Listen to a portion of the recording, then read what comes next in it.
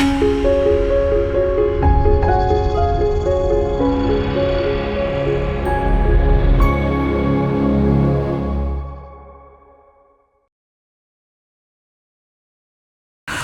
మాత్రం. నేను మీ journalist Navatha. Welcome to R voice ప్రేక్షకులకు నేతాజీ సుభాష్ చంద్రబోస్ జయంతి శుభాకాంక్షలు. నేతాజీ సుభాష్ చంద్రబోస్ జన్మదిన సందర్భంగా ఆయనకు సంబంధించిన కొన్ని అంశాలను ఈ వీడియో ద్వారా మీ ముందుకు తీసుకురావడానికి ప్రయత్నం చేస్తున్నాను. ఎందుకంటే ఇలాంటి మహానుభావులను మనందరం స్మరించుకోవాల్సిన అవసరం ఉంది.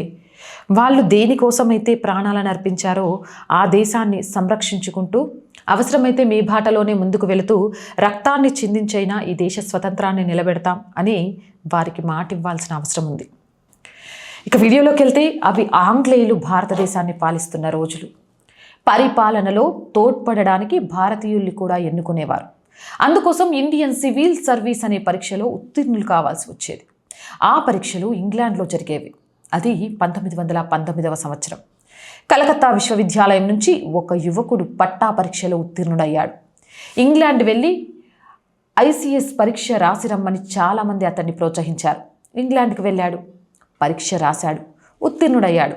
ఇంకేముంది, ఉన్నత పదవి దక్కించుకుంటున్న అతడిని అందరూ అభినందించారు. ఆ యువ విద్యార్థి మాత్రం పొగడ్తలకు పొంగిపోలేదు.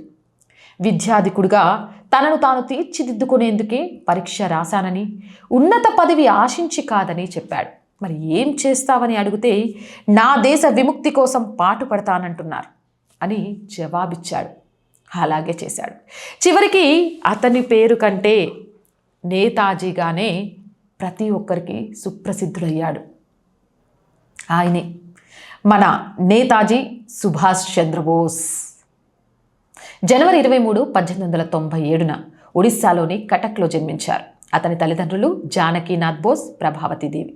చిన్నప్పటి నుంచి అసాధారణ తెలివితేటలు ప్రదర్శించి చదువుల్లో రాణిస్తూ నేతాజీ ఇంగ్లాండ్లోని కేంబ్రిడ్జ్ విశ్వవిద్యాలయం నుంచి పట్టభద్రులయ్యారు. అయితే 1921లో భారతదేశంలో బ్రిటిష్ వారు చేసిన అన్యాయాల గురించి తెలుసుకున్న తర్వాత అతను మన దేశ స్వతంత్రం కోసం పోరాడడానికి కట్టుబడి ఇంగ్లాండ్లో అడ్మినిస్ట్రేటివ్ సర్వీస్లో తన ప్రతిష్టాత్మక ఉద్యోగాన్ని విడిచిపెట్టారు.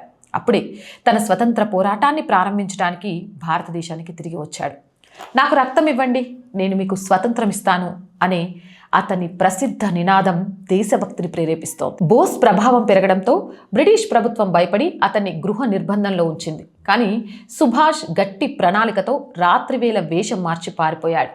ఆయన కలకత్తా నుంచి పంజాబ్ దాకా రహస్య మార్గాల్లో ప్రయాణించి ఆ తర్వాత ఆఫ్ఘనిస్తాన్ మార్గంగా జర్మనీకి చేరాడు. అడల్ఫ్ హిట్లర్ను కలిసిన సుభాష్ చంద్రబోస్ భారత స్వతంత్రం కోసం సహాయం కోరాడు. హిట్లర్ అతనికి మద్దతిచ్చి ఆజాద్ హింద్ రేడియో ఏర్పాటుకు సహకరించాడు. అక్కడి నుంచి ఆయన నేతాజీగా సుప్రసిద్ధుడయ్యాడు, ప్రసిద్ధిగాంచాడు. తర్వాత 1943లో ఆయన జపాన్ చేరుకొని అక్కడ భారత సైనిక బందీలను కూడదీసి ఆజాద్ హింద్ ఫౌజ్ని స్థాపించారు. సుభాష్ బోస్ నేతృత్వంలో ఆజాద్ హింద్ ఫౌజ్ శక్తివంతమైన దళంగా ఎదిగింది. సైనికుల్లో జాతి, మతం అనే తేడాలు లేకుండా ఒకే లక్ష్యం, భరతమాతకు విముక్తి. ఆయన మహిళా బెటాలియన్ రాణి లక్ష్మీబాయి రెజిమెంట్ని కూడా ఏర్పాటు చేశాడు. ఇది ఆ కాలంలో విప్లవాత్మక చర్య.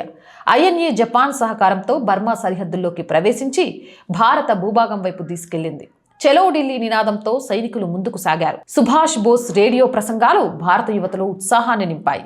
ఐఎన్ఏ యుద్ధంలో ఓడిపోయినా అది భారత స్వతంత్రానికి చెలరేగిని దీపమైంది. బ్రిటిష్ ప్రభుత్వం భయపడి భారత సైన్యంలో తిరుగుబాటు మొదలైందనే ఆందోళనకు గురైంది. బోస్ నేరుగా స్వతంత్రాన్ని తెచ్చుకోలేకపోయినా ఆయన ప్రేరణతో స్వతంత్ర వాతావరణం వేగంగా పుట్టుకొచ్చింది.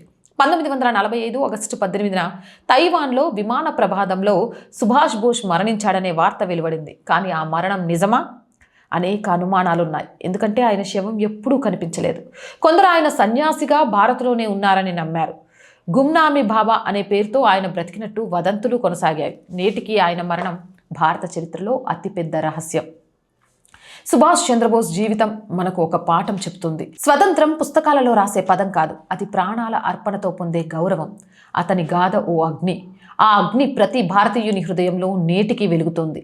జై హింద్, ఈ ఒక్క నినాదం ఆయన ఆత్మ యొక్క శాశ్వత ప్రతినిధి. జై హింద్. మీరేమంటారు?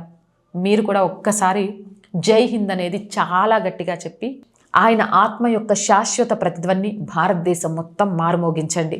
మోగిస్తారు అని ఆశిస్తున్నాను. మీ అభిప్రాయాన్ని కామెంట్ సెక్షన్లో పెట్టండి.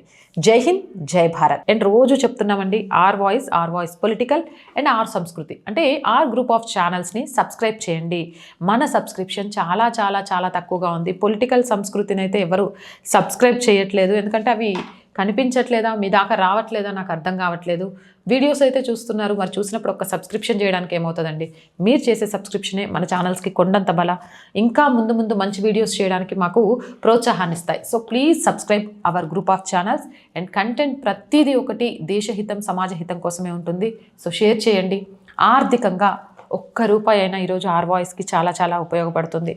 సో ప్లీజ్ ఆర్థికంగా ఆర్ వాయిస్కి సపోర్ట్గా నిలవండి. చేయాలి అంటే సబ్స్క్రిప్షన్ పక్కనే జాయిన్ అనే బటన్ ఉంది. 1 to 5 లెవెల్స్ ఉన్నాయి.